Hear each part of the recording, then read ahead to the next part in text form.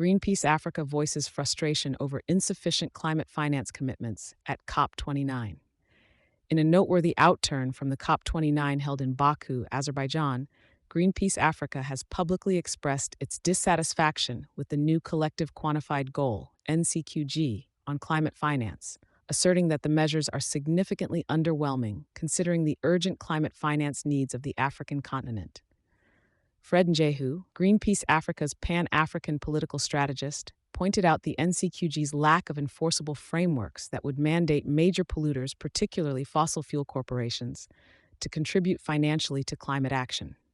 Despite explicit references, the document fails to apply the polluter pays principle in a substantial, action-oriented manner. Furthermore, a petition supported by over 10,000 Africans has spotlighted the public's demand for tangible changes rather than mere rhetorical acknowledgments and ineffective provisions within the NCQG.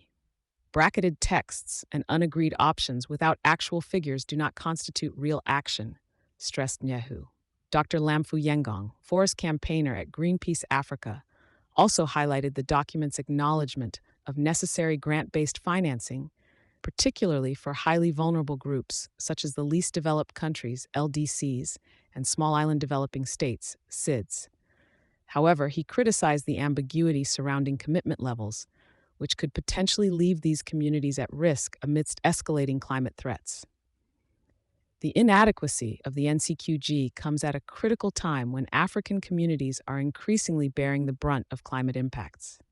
The pressing requirement for non-debt-inducing finance and the adaptation gap are areas needing immediate redress, asserted by Dr. Yengong, underscoring, without clear targets and mechanisms to mobilize trillions annually, the ongoing negligence is untenable.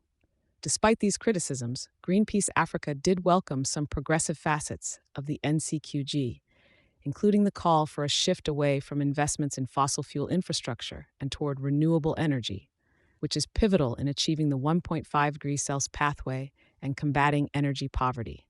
Moreover, there was a call to address systemic inequities in accessing climate finance.